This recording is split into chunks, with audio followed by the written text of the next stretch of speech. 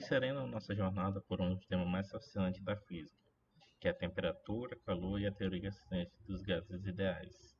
Vamos descobrir como a energia microscópica das partículas se compõe a matéria que se manifesta nas grandezas que observamos no dia a dia, como temperatura, calor e as mudanças do estado. Você vai compreender o que realmente significa calor e por que ele não é uma substância, como o movimento das moléculas se relaciona com a temperatura e como o modelo do gás ideal nos ajuda a descrever e prever o comportamento dos gases de forma simples e poderosa. Presente no nosso sistema internacional de atividade é uma grandeza fundamental no SI, que está sendo relacionada à escala Kelvin. A temperatura é uma grandeza física que mede o nível de agitação das partículas de um corpo. Em outras palavras, ela indica o quão quente ou frio um corpo está em relação ao outro. De forma microscópica, quanto maior a energia cinética média das partículas, ou seja, quanto mais rapidamente elas se movem, maior é a temperatura do corpo. Quando as partículas se movem mais lentamente, a temperatura é menor. Como o exemplo da água. O diagrama de fase mostra as condições de temperatura e pressão na quais a água pode existir em diferentes estados físicos. Sólido, que é o gelo, líquido, que é a água, e vapor, que é o vapor de água. No gráfico, representamos a temperatura no eixo horizontal e a pressão no eixo vertical. As curvas se separam as regiões, que indicam as condições que ocorre o equilíbrio entre duas fases. Na região sólida corresponde ao gelo, onde a temperatura é baixa e a pressão é relativamente alta. A região líquida corresponde a entre a curva de fusão e de vaporização. E a região de vapor representa o estado gasoso da água em temperaturas elevadas ou em pressões muito baixas. As curvas de equilíbrio separam essas regiões, que são a linha de fusão, que é do sólido para o líquido, que mostra as condições em que o gelo derrete ou a água congela, a linha de vaporização do líquido do vapor ou do vapor para o líquido, que indica as condições de ebulição e condensação, e as linhas de sublimação, que vai do sólido para o vapor, do vapor para o sólido, representa as condições em que o gelo sublima ou o vapor se deposita diretamente com o gelo. O ponto triplo é o ponto do gráfico onde as três fases, sólida, líquida e gasosa, coexistem em equilíbrio. Para que a água ocorra, a temperatura e a pressão devem responder a uma certa quantidade de temperatura sobre uma certa quantidade determinada de pressão. Neste ponto, o gelo e a água líquida e o vapor de água podem existir simultaneamente. Dada a escala termométrica, é o sistema usado para medir e expressar a temperatura de um corpo. Ela é baseada em pontos fixos, isto é, temperaturas de referência bem definidas como ponto de fusão e de ebulição, sob pressões normal. As três principais escalas termométricas, a gente tem a escala Celsius, a gente tem a escala Fahrenheit e a gente tem a escala Kelvin. A escala Celsius se baseia em pontos fixos da água, onde 0 graus Celsius representa o ponto de fusão do gelo, e de 100 graus Celsius o ponto de ebulição da água. O intervalo entre esses pontos é dividido em 100 partes iguais, a cada uma correspondente a 1 grau Celsius. É a escala mais usada no dia a dia e na maioria dos países. Já a escala Fahrenheit tem seus pontos fixos, que são de 32 graus Fahrenheit, ponto de fusão de gelo, e 212 graus Fahrenheit, ponto de ebulição da água. O intervalo entre esses pontos é dividido em 180 partes iguais e muitos usados nos Estados Unidos e alguns países de língua inglesa. A escala Kelvin é uma escala absoluta de temperatura, baseada no Sistema Internacional de Unidades. Baseia-se no zero absoluto, a temperatura em que a partícula tem a menor energia cinética possível, onde 0 Kelvin é correspondente a menos 273,15 graus Celsius. O intervalo de 1 Kelvin é igual a 1 de 1 grau Celsius, mas sem o uso do símbolo de grau. É usada principalmente em ciência, física e engenharia. Então, a gente pode fazer a relação entre as escalas através da seguinte fórmula, onde a temperatura em graus Celsius é igual à temperatura Kelvin menos 273,15. E a temperatura em Fahrenheit, para a gente obter essa temperatura, é igual a 9,500 multiplicado pela temperatura em graus Celsius, somado mais 32. Então, a gente pode observar o efeito da temperatura em alguns fenômenos perceptíveis. Então, a gente pode tratar a expansão térmica. A expansão térmica é o aumento das dimensões do corpo quando sua temperatura aumenta. Isso ocorre porque, ao serem aquecidas, as partículas se formam, a matéria se agita mais intensamente, aumentando a distância média entre elas.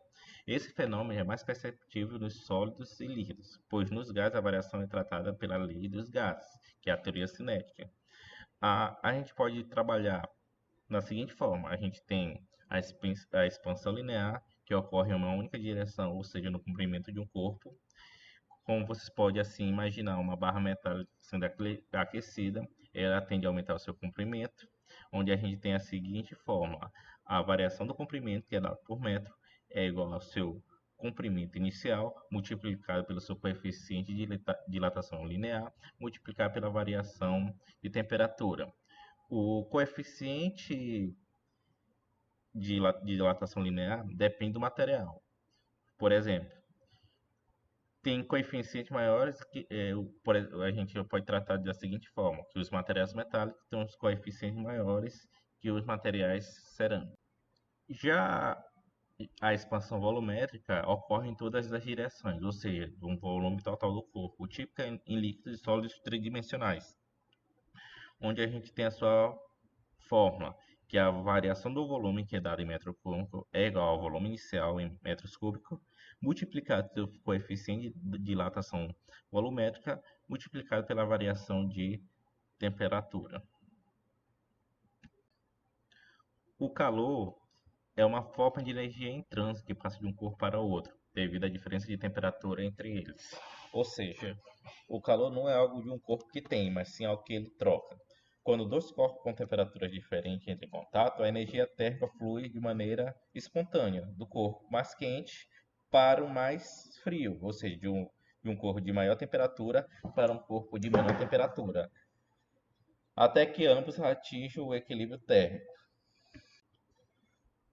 O calor é uma forma de energia, portanto, ele pode ser medido em qualquer unidade de energia. As mais utilizadas são a caloria, que é a unidade prática utilizada especialmente em termodinâmica, que uma caloria é a quantidade de calor necessária para levar uma temperatura de 1 grama de água para em 1 grau Celsius, onde a gente tem a simbologia que é o Cal, CAL, que está presente no Sistema Internacional de Unidades, não é oficial, mas muito utilizada, onde 1 cal equivale a 4,18 joules, que é o uso comum. A gente tem o joules, que é a unidade oficial de energia do Sistema Internacional, que um joule é o trabalho realizado quando uma força de 1 newton se desloca um corpo em 1 metro. A gente tem seu símbolo representado pela letra J. E a gente tem o BTU, que é a unidade anglo-saxônica de energia térmica, usada principalmente nos Estados Unidos e no Reino Unido, onde 1 BTU é o calor necessário para levar uma temperatura de 1 libra de água a 1 grau Fahrenheit, onde o seu símbolo vai ser dado pelo BTU. A capacidade calorífica de um corpo é a quantidade de calor que ele precisa receber ou perder para que sua temperatura varie em uma unidade de 1 grau Celsius ou 1 Kelvin. Em outras palavras, é a medida da dificuldade de um corpo tem que para mudar a sua temperatura. A sua fórmula é dada por Q igual a C vezes a variação de temperatura, onde o C é a capacidade calorífica, dada em joule por grau Celsius, ou caloria por grau Celsius. Q, que é a quantidade de calor trocado, pode ser dada em joule ou caloria. E a gente pode ter sua variação de temperatura, onde a gente pode ver suas unidades trabalhando em graus Celsius ou em Kelvin. Então, se a gente for analisar a interpretação física, quanto maior for a capacidade calorífica, mais calor o corpo precisa para mudar a sua temperatura. Quanto menor for sua capacidade calórica, mais facilmente o corpo aquece ou esfria. Então, com relação ao calor específico, o calor específico é a propriedade da matéria quando a capacidade calorífica depende da massa do corpo. Por isso, quando a gente trabalha essa relação entre eles, a gente vê que é, a quantidade de calor trocado vai ser igual a quem? A massa do corpo, que é dada em quilo ou em grama, multiplicado pelo calor específico do material, que pode ser dado em joule por quilo em graus Celsius ou quilocaloria por grama em graus Celsius. E também a gente tem o calor de transformação. O calor de transformação é a quantidade de calor necessária para que o corpo mude de estado físico sem alterar sua temperatura. Ou seja, o calor envolvido nas mudanças de fase, como fusão, solidificação, vaporização, condensação ou sublimação, onde o corpo permanece constante, a temperatura do corpo permanece constante durante o processo. Então, a gente vai ter o que? O calor latente de fusão, que a gente define como o calor necessário para transformar um sólido em líquido ou vice-versa, sem alterar a sua temperatura. A gente pode utilizar a seguinte forma, que o calor absorvido ou liberado, que é o que é dado por Q, que vai ser dado em joule, é igual à massa do corpo, dada em quilo, multiplicado pelo calor latente de fusão. A gente pode trabalhar também o calor latente de vaporização, que será o calor necessário para a transformação de um líquido em vapor ou vice-versa, sem mudança da sua temperatura, que a gente pode trabalhar da mesma forma, aonde que vai ser o calor absorvido ou liberado, vai ser dado em joules, a massa do corpo que é dada em quilo, e ele vai ser o calor latente em vaporização, dada em joule por quilograma. A gente também tem um calor latente de sublimação, o calor necessário para transformar um sólido diretamente em vapor, ou vapor em sólido, sem passar pelo estado líquido, que também é dado pela mesma fórmula, só que o calor latente de sublimação é igual a quem? O calor latente de fusão mais o calor latente de vaporização. Essa relação é utilizada para muitas substâncias. Se formos citar algumas características do calor de transformação, a gente tem a primeira. Uma, durante a mudança de fase a temperatura não varia. Dois, o calor fornecido quebra ou forma uma ligação intermolecular em vez de aumentar a energia cinética das partículas. E três, é proporcional à massa do corpo. Então, o trabalho é uma forma de transferência de energia, que ocorre quando uma força atua sobre o corpo e o desloca. Ele pode ser definido de diferentes formas dependendo do contexto. Na mecânica clássica, o trabalho infinitesimal realizado por uma força F ao longo de um deslocamento vai ser dado pela derivada do trabalho é igual à força vezes seu deslocamento, onde o trabalho infinitesimal vai ser dado em Joule e o produto escalar indica só que é o componente da força na direção do deslocamento contribui para o trabalho. Se essa força variar ao longo do caminho, o trabalho total é obtido através pela integral, onde o trabalho é igual à variação dessa força multiplicada pela essa variação do seu deslocamento. No meio termodinâmico, quando o gás se expande ou se comprime, ele realiza trabalho em um ambiente. Sobre o trabalho infinitesimal, é realizado pelo gás, onde a gente pode ver que o P é a pressão do gás e essa variação é infinitesimal do volume. Então, fisicamente, este trabalho é a energia que o gás se transfere ao empurrar um pistão, que responde à área sob a curva de um gráfico, que pode ser trabalhado um grau de pressão por volume. Se formos analisar o gráfico de pressão por volume, que é usado para representar o trabalho realizado por um gás, onde a gente tem o eixo vertical de pressão e o eixo horizontal de volume. O trabalho realizado pelo gás é a área sobre a curva, onde a gente tem o trabalho é igual à integral de pressão pela sua variação do seu volume. Então, o trabalho positivo ocorre quando o gás se expande e o seu volume aumenta. O gás realiza trabalho sobre o ambiente, então a área sobre a curva é positiva. Quando o trabalho maior corresponde a uma curva com maior área sobre ela, ou seja, a maior variação do volume, ou seja, ΔV vai ser maior. E aí a gente pode ter uma maior pressão. Quanto maior a área, maior o trabalho realizado pelo gás. Quando o trabalho é menor, corresponde a uma curva com menor área sobre ela, ou seja, menor variação de volume sobre menor pressão. Quanto menor a área, menor o trabalho realizado.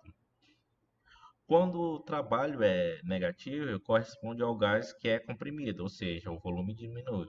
O trabalho é feito sobre o gás pelo ambiente, então a área sobre a curva é negativa.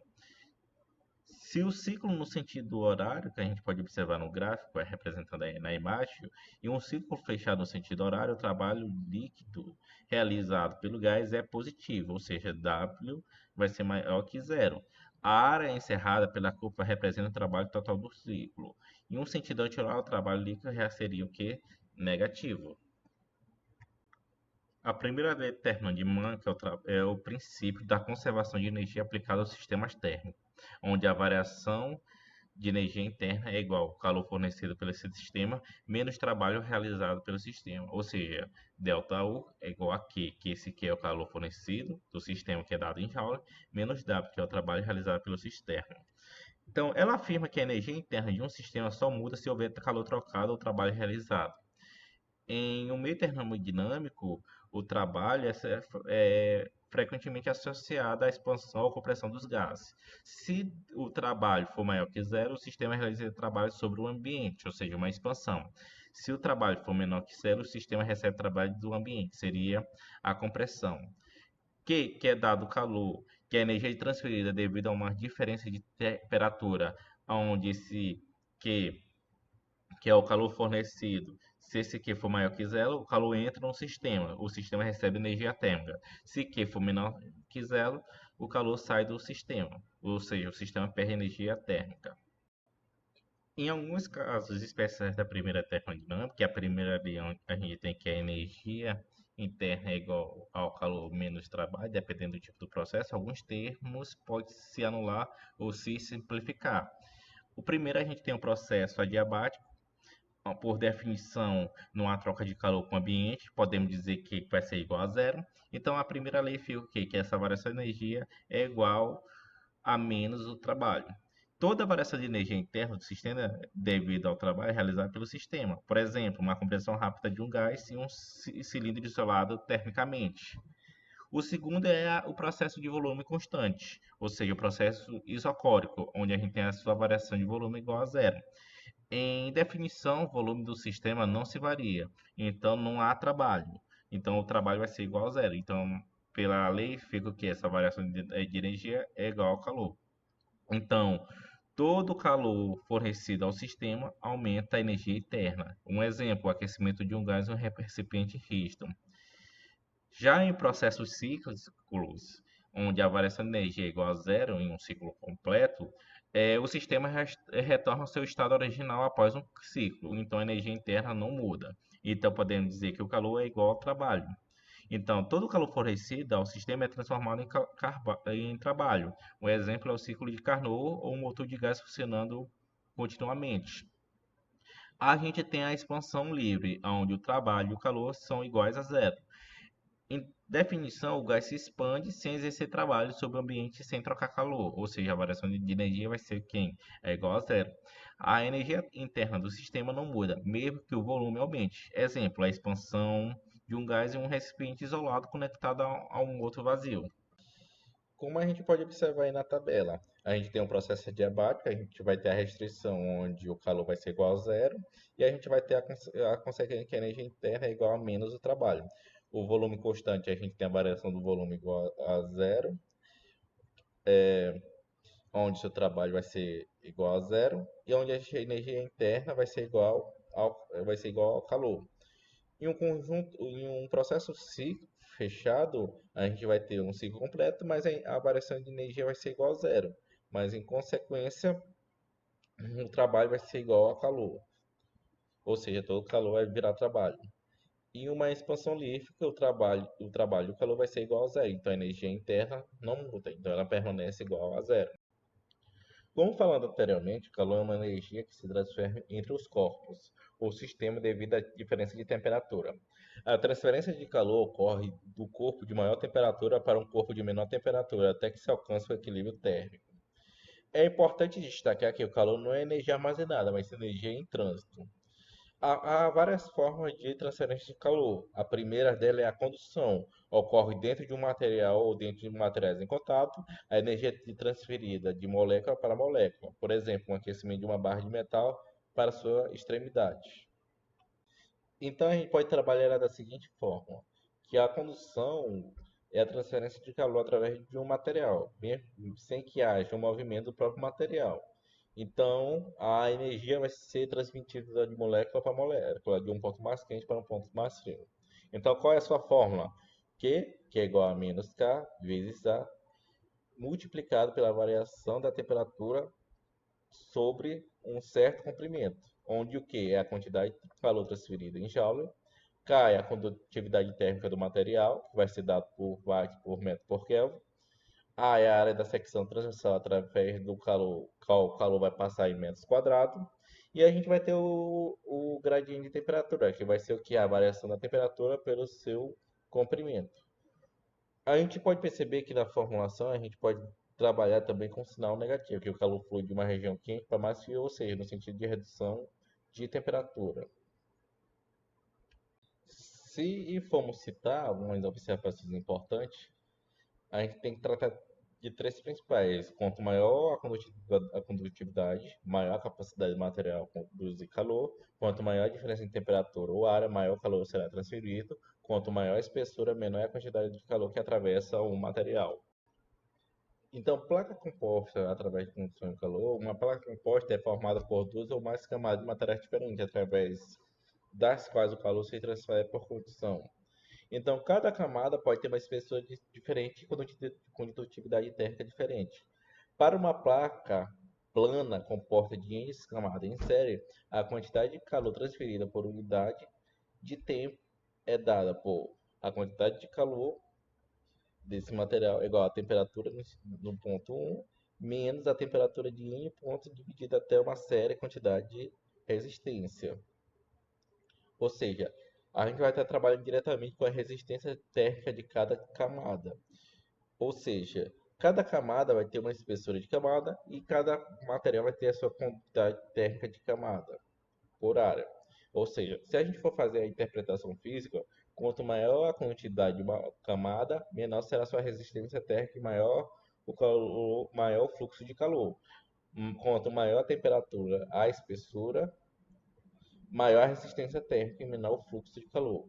A placa composta funciona como uma resistência térmica em série, semelhante aos resistores elétricos. Então, se a gente for ver a formulação, onde a gente está trabalhando uma quantidade de placas composta, a gente vai trabalhar da seguinte forma, onde a gente vai ter uma placa K1 e K2, que vai ser a sua condutividade térmica, onde a gente pode igualar que K2 vai ser multiplicado pela área, menos a variação de uma temperatura Q menos uma temperatura Tx dividido pelo comprimento 2, que é referente à espessura da placa 2, igual ao coeficiente de condutividade térmica da placa 1, multiplicado pela área 1 da placa, vezes a variação da temperatura, que é do ponto Tx menos Tf, dividido pelo comprimento 1. Sabendo, isolando Tx, a gente vai ter quem? Tx é igual a condutividade térmica do ponto 1 multiplicado pelo comprimento 2 multiplicado pela uma temperatura Tf somado com a condutividade da placa 2 multiplicado pelo comprimento 1 multiplicado por uma temperatura Q. Tudo isso dividido por o coeficiente da condutividade térmica do ponto 1, multiplicado pelo comprimento 2, mais a condutividade térmica 2, multiplicado pelo comprimento 1. Fazendo essa equação e arrumando ela, a gente pode determinar que essa área, dessa variação do, das placas, que vai ser o quê? Esse A vai ser multiplicado pela temperatura TQ menos TF, dividido pela resistência entre as placas, vai ser o quê? L1 dividido por K1 mais L2 dividido por K2. Então, de maneira simplificada, a quantidade de calor transferido vai ser igual a quem? A área multiplicada pela variação de temperatura de TQ menos TF sobre o somatório dessa resistência. Qual seria? Do comprimento dividido pela sua condutividade térmica.